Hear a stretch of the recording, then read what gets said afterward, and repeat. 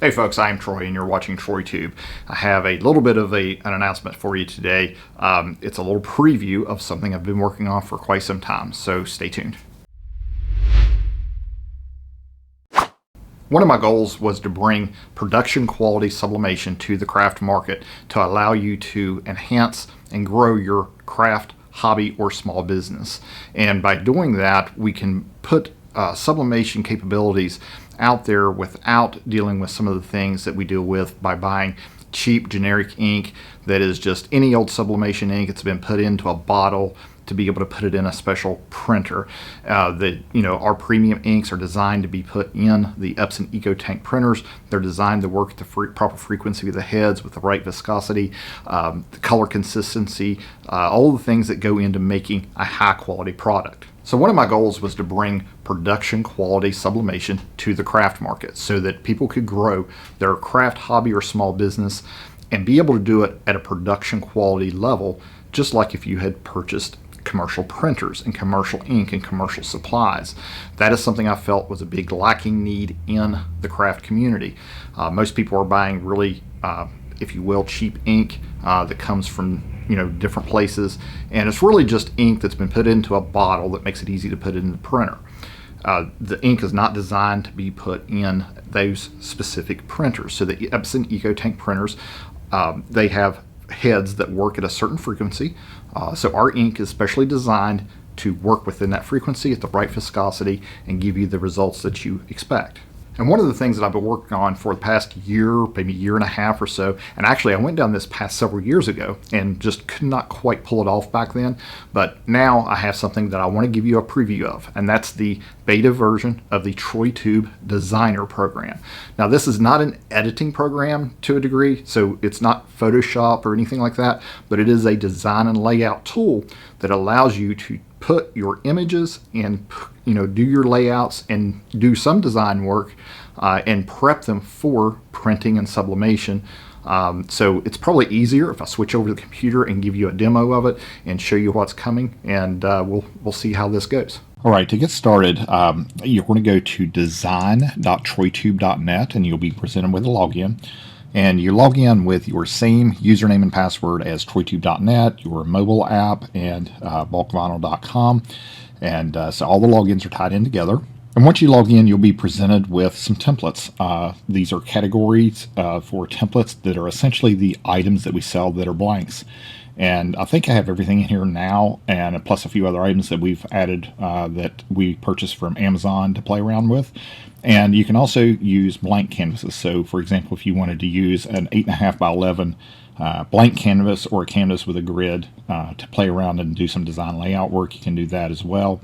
But for now, we're going to close this, and I'm going to show you a couple of important sections to get you started and that you're going to want to do first. And that is under the help section. I should mention that this is best used on a desktop computer with a browser with a maximized screen. You can use it on a tablet or an iPad. As your screen gets smaller, it will collapse and hide some of the menus, so you're going to have to learn the navigation and how to do that. It is usable on a phone to do quick things or to look at things. It is not fully functional on a phone browser just because of the size of the screen and the real estate. Some of the boxes don't collapse properly for mobile view, so just beware of that if you choose to use it and play around with it on a mobile device. But the first things you're going to want to do are go to the help section, and there are a couple of tabs up here. One is the print layout testing tab, and one is known bugs. So we'll talk about the known bugs first. So if you go here and click on this, there is a list of things that you're going to want to read over and understand about how the software works. There are some bugs, and there are some that are just nuances of how you have to use it and just little things that you may come across that might be confusing to you if you're not aware of them. Under the Print Layout Testing tab, there is a link to troubleshoot print layout sizing. And you're going to want to follow this and make sure that before you print anything that everything is sized properly. And so read through this document. It is formatted and laid out specifically for Epson inkjet and EcoTank model printers. And if you have a different model printer that doesn't meet those requirements, it may work fine, or you may have to use third-party software to adjust the sizing of the graphics after they are downloaded. But hopefully we'll be able to do this and it'll work on every printer. We're just going to have to see how that goes, and maybe some improvements in the design software program itself over time that will alleviate any of those issues. But essentially we have a grid that you're going to print out that will test the sizing. And I have this laid out in each of the 4 different sizes of paper, and with examples of how you're going to want to print it from Windows Photo Viewer. If you don't want to use Windows Photo Viewer, you're going to use something else. You're going to have to troubleshoot that and try to get it to print correctly. But hopefully when you print it out, it's going to look like this picture here, where the grid is a 5 by 5 inch grid that prints and measures exactly on whichever size paper that you're working with. So you're going to want to do that before you print anything out. So we'll move back over to the product layout selections and go through these really quick. Again, these are templates for the blank items that we have for sale in our store now, plus a few other things. And essentially the ones with the green are the design layout screens and give you the area that you're working with. There are some others. For example, if I look at coasters, and I look at this car coaster, this is the one that you would design with. And then if you're making multiples, you can change your background to this and do multiple layouts and press them all at one time. So if you're an Etsy seller or you're making multiple items, we're trying to make it easy for you to be able to produce quickly and efficiently and accurately using our software. So I'm going to do a demonstration for you and show you how easy it is to use and how easy it is to create your print layouts for sublimation and what you can do with software, as well as probably show you a few of the little things of those bugs or nuances, just so that you're aware of them. And I'd like for you to click around and use it and see how this goes. But today we're going to do a demonstration of how to design a clock face for the sublimation clock kit that we sell. So when I click on the clocks category, you'll see that I have 2 options here currently. The one on the left with the green circle is my design layout, and this is my pressing layout for printing. So we're going to choose the design layout first. And as you'll see, it says at the top to see the notes on the left, and many of these templates will have notes that you're going to want to read. This note in particular, because this one's a little bit different because it barely fits on an 8.5 inch sheet of paper, so you can see that it's cut off on the edges. And so I had to do some technical workarounds to make this fit. And you will see a size on the screen for the objects, and you cannot pay attention to it on this particular item. So I'll put notes in here that are important when those things happen, but you'll see the size on the screen says something different from the actual size that it prints, and we'll do our best to give you warnings about that so it doesn't confuse you or anything. But we also put the SKU number in here as well, so when you're looking for a layout, you can type in the SKU number and it should bring up the items that are relative to that particular product. So to get started making a clock, the first things we're going to add are tick marks for the minutes and hours, as well as the numbers on the clock. And we're going to do this under the clip art section. Let me give you a quick tour down the left side. There's a template section, which we do not have anything in there yet. There will be some things added for this. There is a text section, and you can do all kinds of fancy things, manipulation with your text, perspectives, curves, concaves, all of that. And then there are a lot of Google fonts in here, and I think there's something like 1,500 fonts in the system now from Google.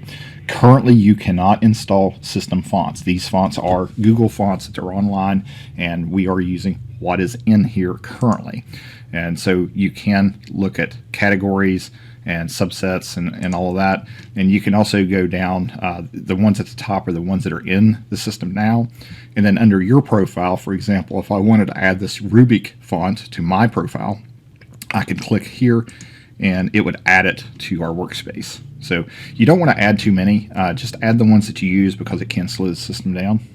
But there are plenty of fonts in there to choose from, so you should be okay with that. Under shapes, there are all these basic shapes, so circles, triangles, little fancy shapes and everything, and we'll probably be adding to this over time as well. There is some clip art in the system, and it's in there by category. We will definitely be adding to this, and we're going to be adding thousands and thousands of clip art images in here for you to be able to use and access. And in particular, we have the category for clock faces currently, so we'll come back to that in a moment. We do have a drawing tool. It's kind of rudimentary. It does allow you to choose a color and just kind of use your mouse to be able to draw free-handed. And then the images section is pretty unique. This doesn't look like much because they're zoomed in. These are full screen, but if you hover over this little eye, it will show you what it is. And we'll come back to these, but essentially, if you click the categories right now, we have crop templates. And I'm going to show you how to use that. So basically, when you buy a blank, after you do your design, you can use your crop template to minimize how much ink you're using to print the images. You're not just going to print a big square picture to put over a little bag tag or something like that. You can crop it down and hide the parts that you don't need. In the upload section of images, you can upload your own images. And one of the key things here to remember is when you drag and drop your images in this little box, and it puts them down here, this is only on that computer or device you're using. It puts it in the browser cache.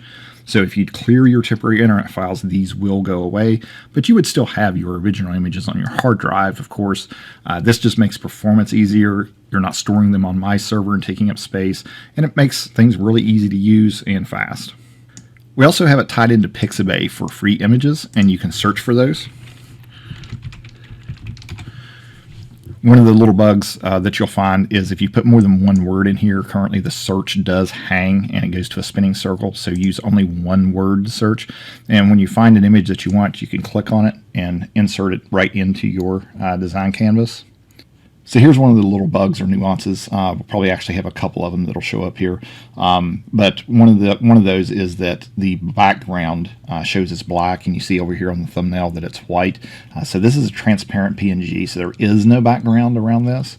And in order to get rid of that background and clear that up, it's just a little refresh bug. So you can go up here to this remove background, and you can do a couple things. You can either just move this slider, or sometimes you can just change this back and forth and it'll clear it up and go away. There's not actually any action to do. It's just a matter of getting rid of that little piece. And while I've got this up here, I'll show you real quick. You have different things on your bounding box here. This, of course, deletes the image. And then you have rotate. This is perspective size, so it's locked. And then you have duplicate down here at the bottom left. Or if you want to stretch it, you can grab the side holders like this. So it's real easy to use. You can also hold the shift key and stretch and move it out, from the corner or however you want as well. So again, that's shift, or you can use the little handles on the side. Then one of the really neat features is you can actually log into your social media. So if you log into Facebook with it and bring up your images, you can insert images directly from your Facebook account into your design canvas. And then down here on the bottom is the layers panel. So once we insert some objects in here, we have layers that we can work with, and we can move those around and rearrange them as well. So as you insert different objects around your design canvas, you will have some toolbars and buttons that will appear around the screen depending on what type of objects those are and what you want to do with them. I'm not going to cover all those today, but I would like for you to explore and look around a little bit as you play around with the software. This, again, is beta, so hopefully everything holds up okay and we get through it just fine. But down here at the bottom right, you have a zoom, and you can also hold the shift key and scroll your mouse wheel to zoom in and out.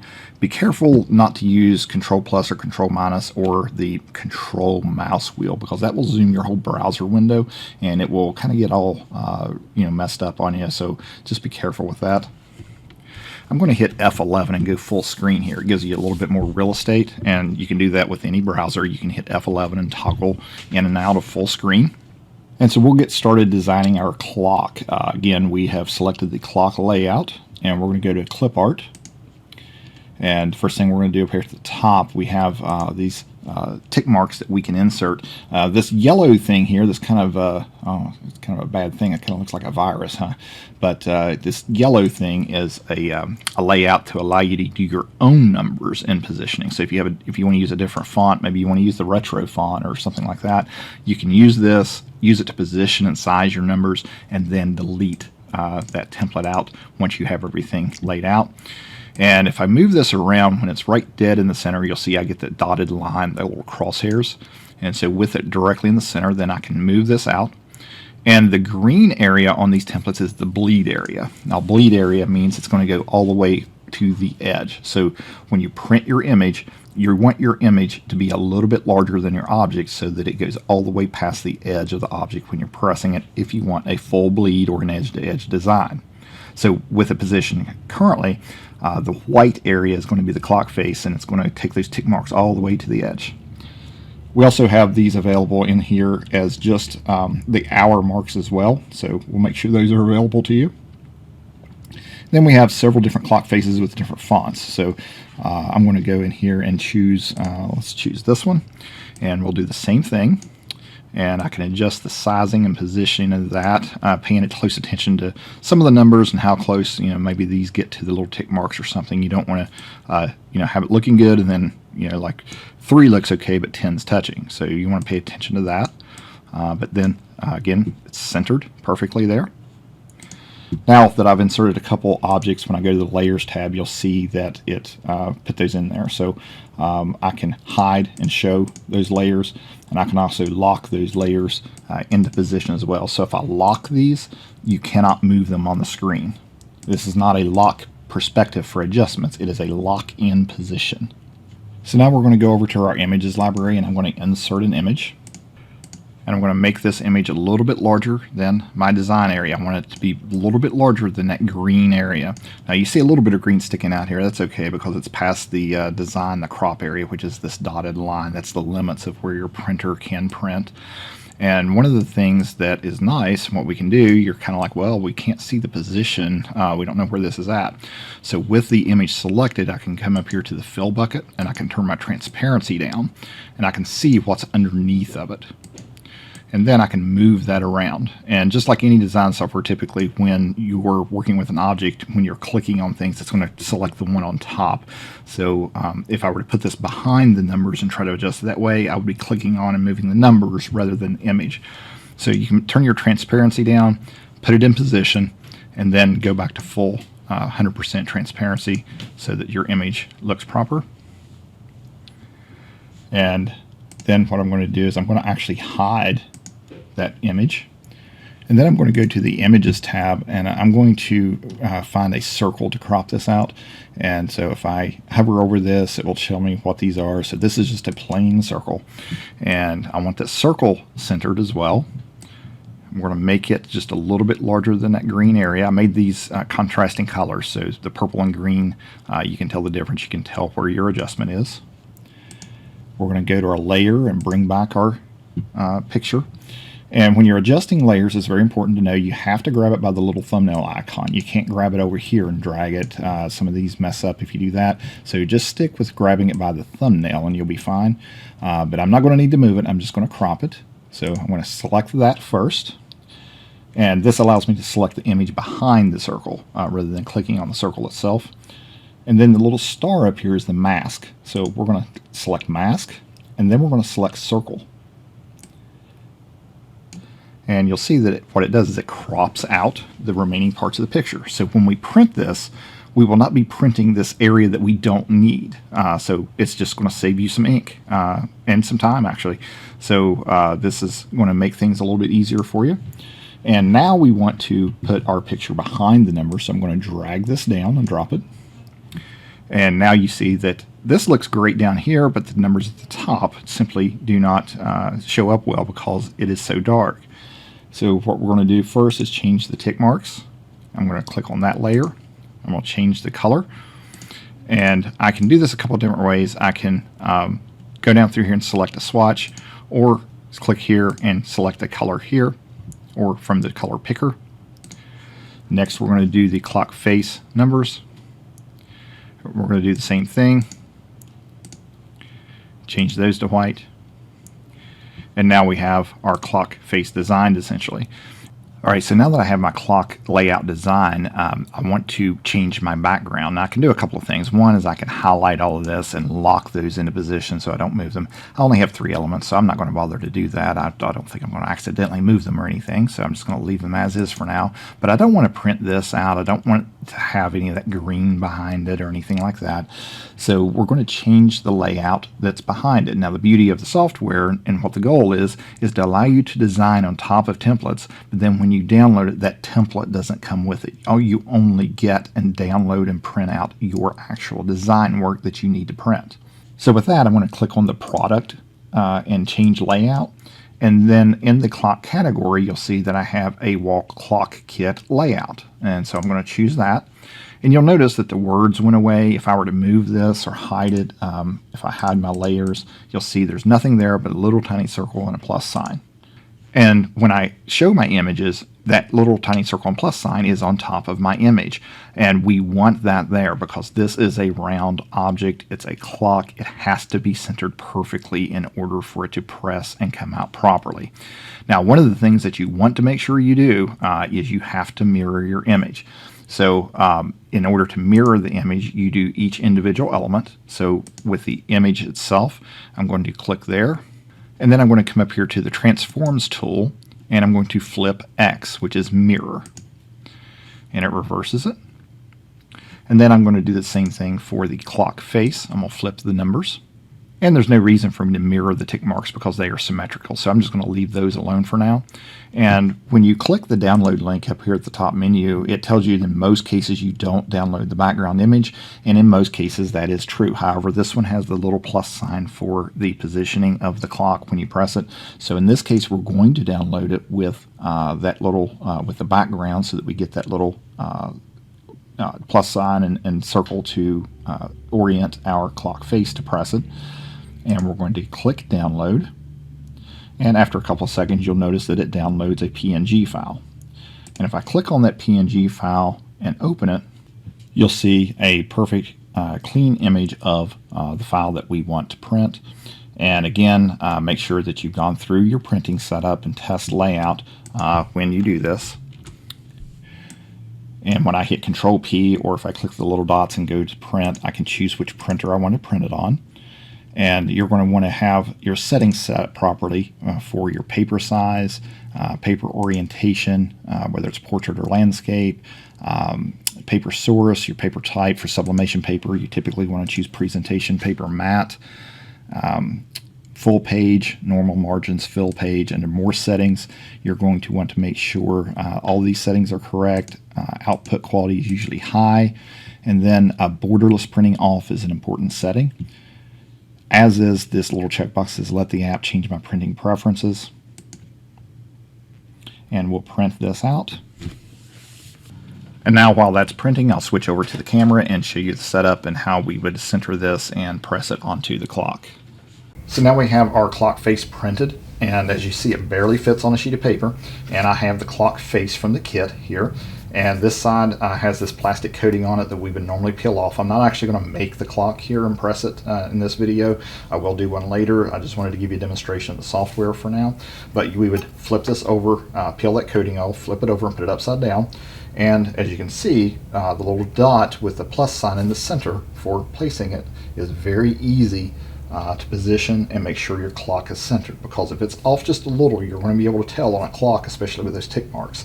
If you don't have the tick marks, it may not be as noticeable, but in this case we would want to have it centered perfectly, and that way you're able to do your layout design very easily, place it, press it. And the premise behind all these other templates is very similar, where you'll have your image and be able to place a bag tag or a coaster or whatever within the design area and visually center it easily, tape it, the sublimation paper onto it, and then press it, and you're finished designing and making your product.